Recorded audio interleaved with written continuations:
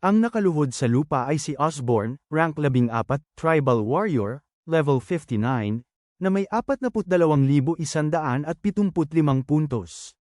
Walang emosyon ang mga mata ni Musashi habang pinagmamasdan ang desperadong kalagayan ng kanyang biktima.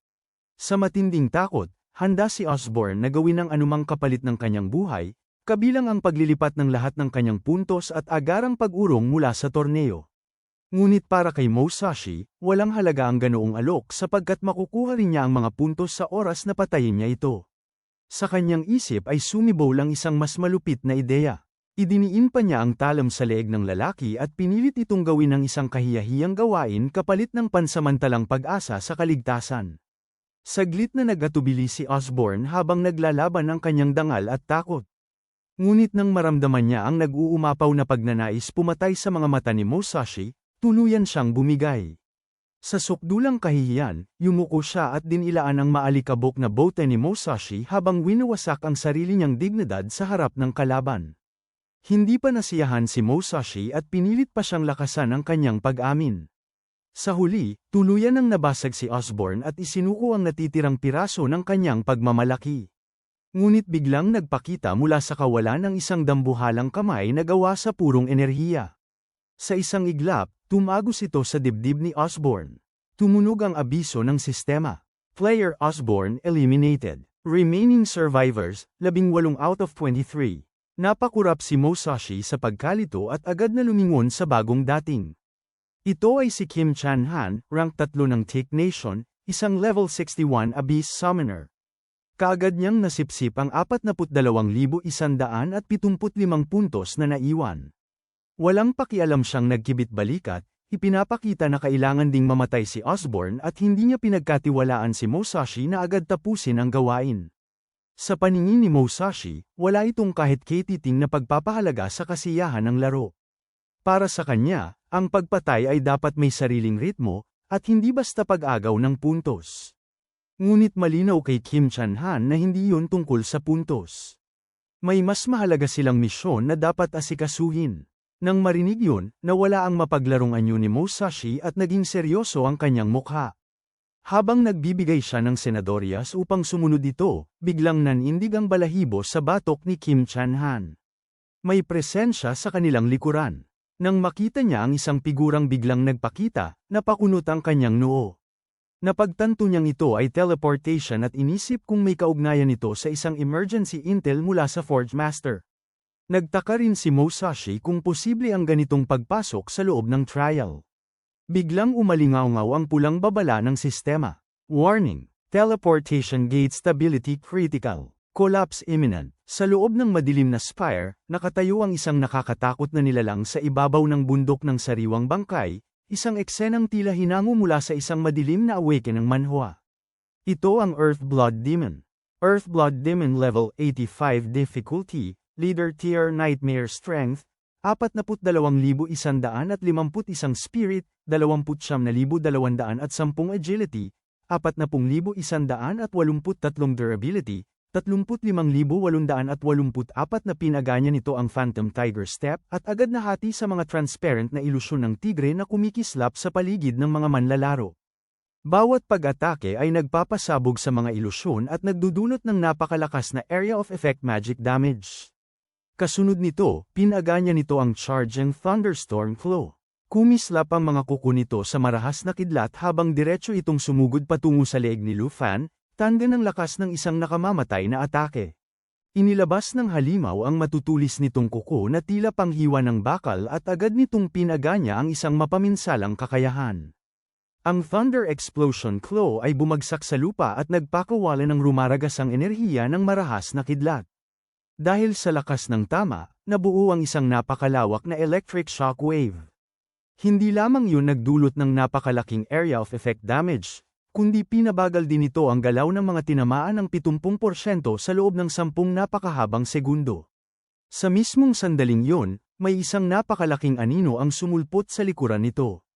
Iyon ang Earth Puppet Demon. Palihim nitong nalampasan ang pandaman ng Earthblood Demon at saka pinaganya ang Deathbind skill.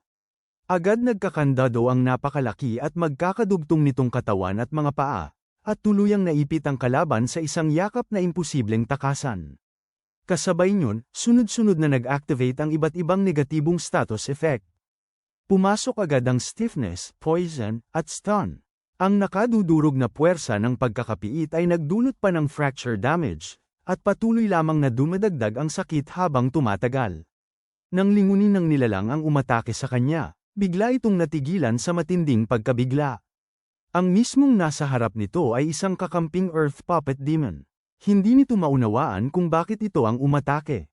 Ngunit bago pa tuluyang maproseso ang pagtataksil na yon, bigla namang nagpakita mula sa kung saan ang Earth Fiend Demon at agad sumalakay.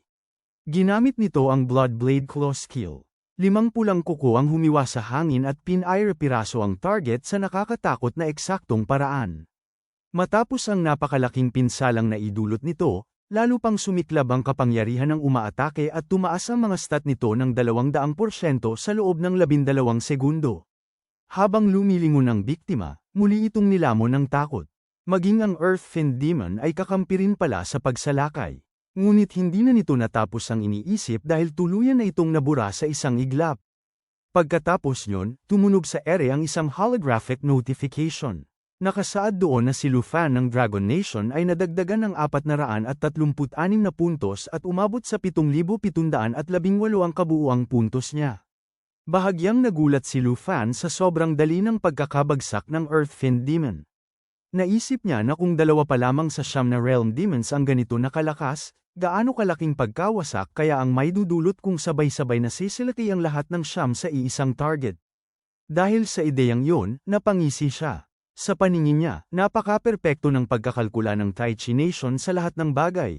Ngunit hindi nila namalayang naghahanda lamang pala sila ng isang piging na siya rin ang lalamon.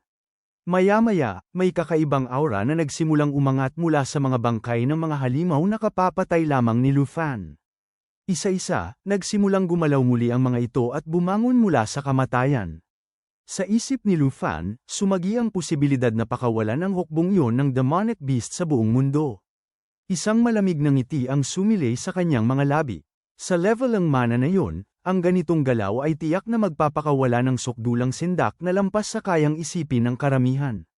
Samantala, sa gitna ng naglalagablab na disyerto, may isang bal-isang tinig na paulit-ulit na nananawagang bagalan ang takbo. Nakasakay si Chiang Han sa ipinatawag niyang halimaw, habang si Musashi, na hindi na halos makayanan ang ubod bilis ng kanilang paggalaw, ay desperadong nakakapit sa kanyang balabal at takot na halos mahulog. Ngunit ang walang tigil nitong pag-iingay ay lalo lamang nakairita kay Chiang Han. Matalim niya itong pinatahimik at ipinadama na ang sigaw nito ang nagbibigay sa kanya ng matinding sakit ng ulo. Dahil sa takot, natahimik si Musashi at pilit na lamang ibinaling ang usapan sa ibang bagay upang malihis ang pansin mula sa kanyang pangamba.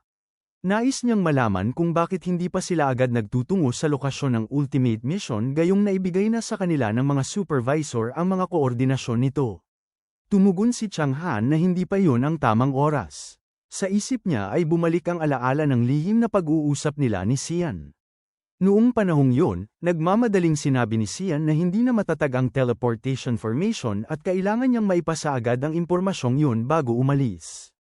Habang inaalala yun, hindi napigilan ni Chiang Han ang mapamura sa isip. Para sa kanya, wala talagang kahihiyan ang Tai Chi Nation dahil pati supervisor ay palihim nilang naipasok sa mismong instance. Sa lihim nilang pag-uusap, naitanong noon ni Chiang Han ang malinaw na tanong. Kitang-kita namang manipuladong mani-obra ang mga puntos, kaya bakit hindi na lamang idiskwalipika ang kalaban mula sa kompetisyon? Ngunit umiling si Xian at ipinaliwanag na ayon sa mga patakaran ng Secret Realm, teknikal na legal ang lahat ng ginagawa nito. Dahil doon, wala siyang sapat na basehan upang pilitin itong i-teleport palabas. Nagbabala rin siya na hindi na sapat ang basta mag-farm lamang ng mga halimaw para sa puntos. Kung nais ni Chiang Han na maungusan ang kalaban sa leaderboard, kailangan niyang matuklasan kung paano nililinis ng kinatawan ng Dragon Nation ang mga Dark Tower ng ganoon kabilis at kaepektibo. Para kay Xian, kung nagagawa ng kinatawang yun ang tila imposibleng bagay, tiyak na magagawa rin yun ng isang henyo tulad ni Chiang Han. Matapos sabihin yun, humakbang si Xian patungo sa portal na noon ay nagsisimula ng mabiyak. Bumibigay na ang koneksyon at kailangan na niyang umalis. Ngunit bago tuluyang maglaho, muli siyang lumingon at iniwan ang isang huling habilin. Aktibo na raw ang ultimate mission at kailangang gamitin yun ni Chang'an sa paraang magiging pinakakapakipakinabang para sa kanya. Pagbalik mula sa alaala, nanatiling tahimik na nakasakay sina Musashi at Chang'an habang kapwa malalim ang iniisip. Sa huli, si Chang'an ang bumasag sa katahimikan at inilatag ang kanyang estratehiya. Ipinaliwanag niyang ang ultimate mission ay orihinal na inihanda upang itapat kay Kay, kaya hindi nila dapat aksayahin yun laban kay Lu Fan sa ngayon. Para sa kanya, ang unang dapat gawin ay maghanap ng Dark Tower at tuklasin ang sikreto kung paano natalo ni Lu Fan ang 9 na Realm Demons. Nagdilim ang kanyang ekspresyon habang binibigyang diin ang bigat ng sitwasyon.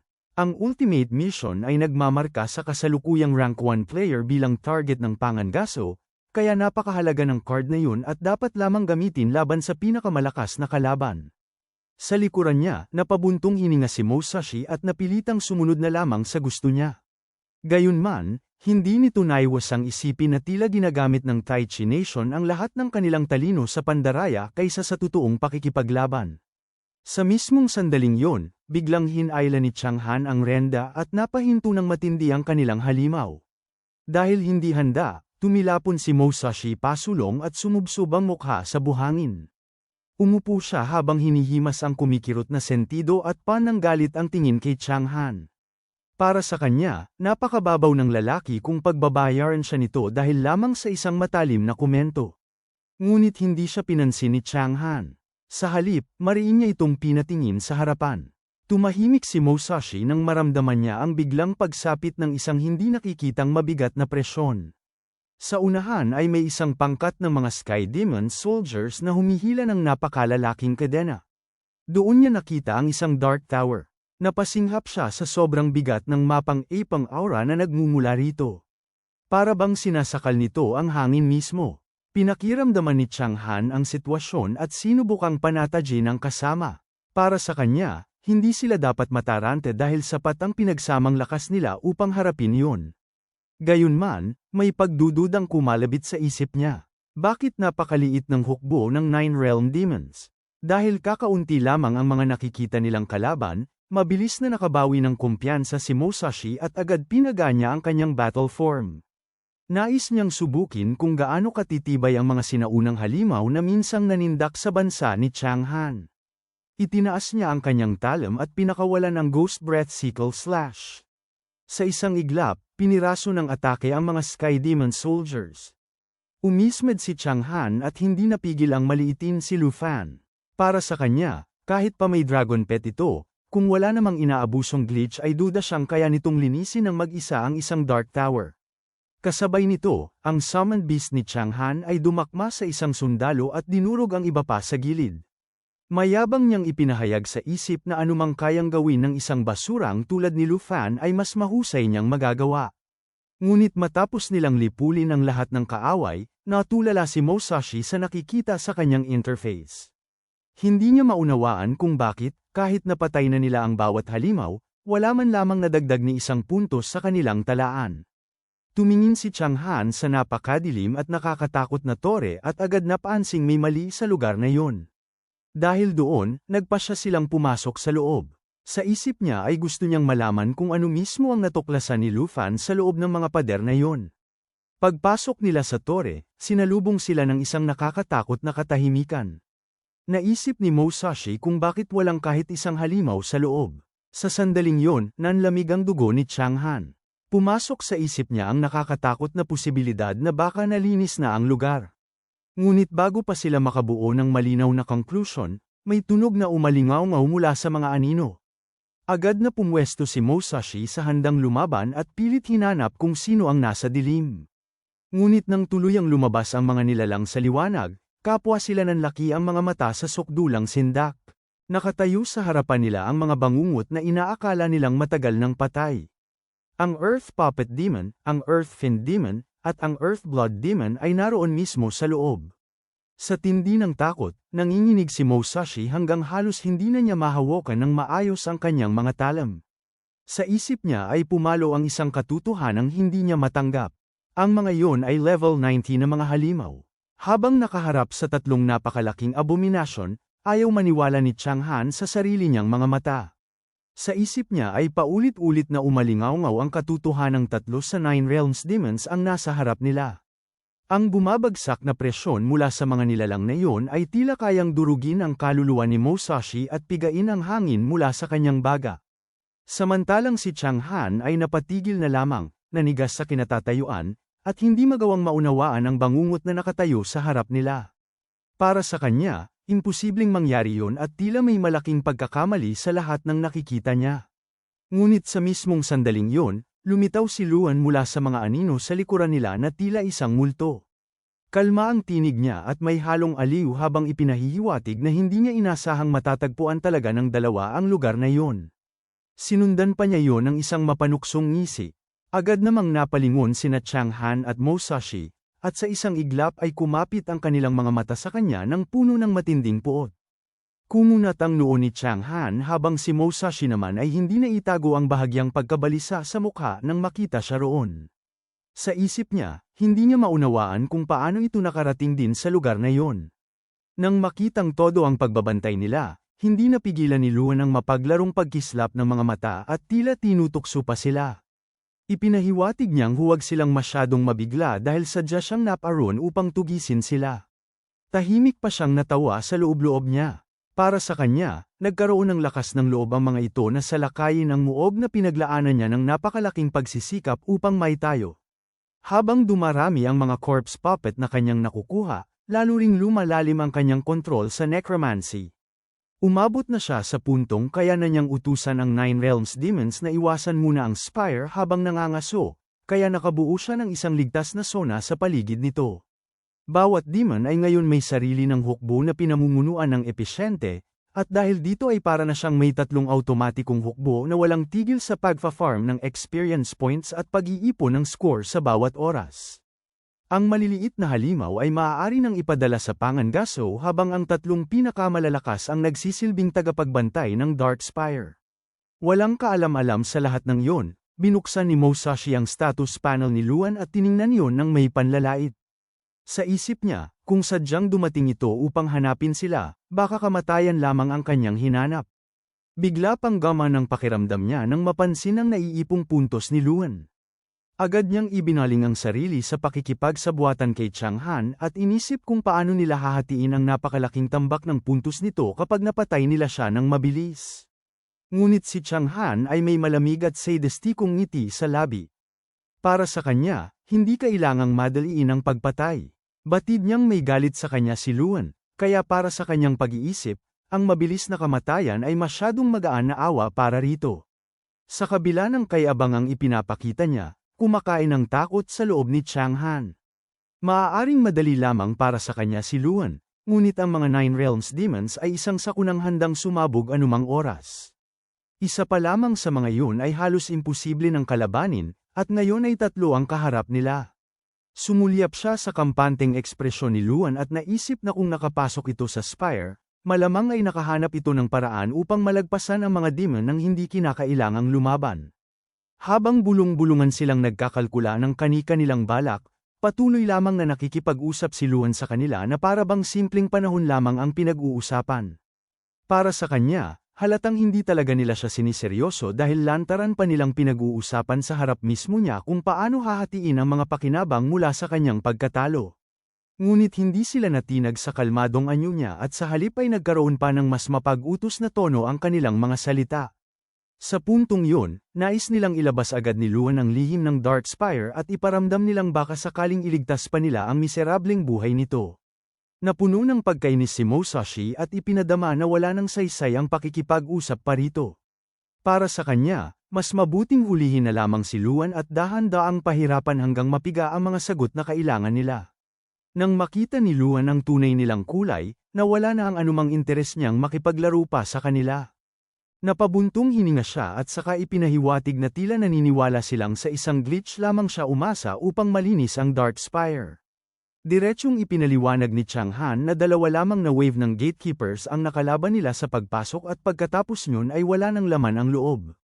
Sa isip niya, wala nang ibang paliwanag kung paano nakakuha si Luan ng ganoong kataas na puntos kundi may ginamit itong kakaiba. Dinagdagan pa yun ni Musashi na may panlilibak, dahil para sa kanya ay katawa-tawang isipin na ang isang level 30 player ay kayang mag-isa na linisin ang ganoong klaseng dungeon. Hindi raw yun isang murang level ang mana na may plot armor. Para sa kanila, imposible yun. Ikiniling lamang ni Luan ang ulo habang nakikinig sa kanila na para bang alam na nila ang lahat, saka malamig siyang natawa.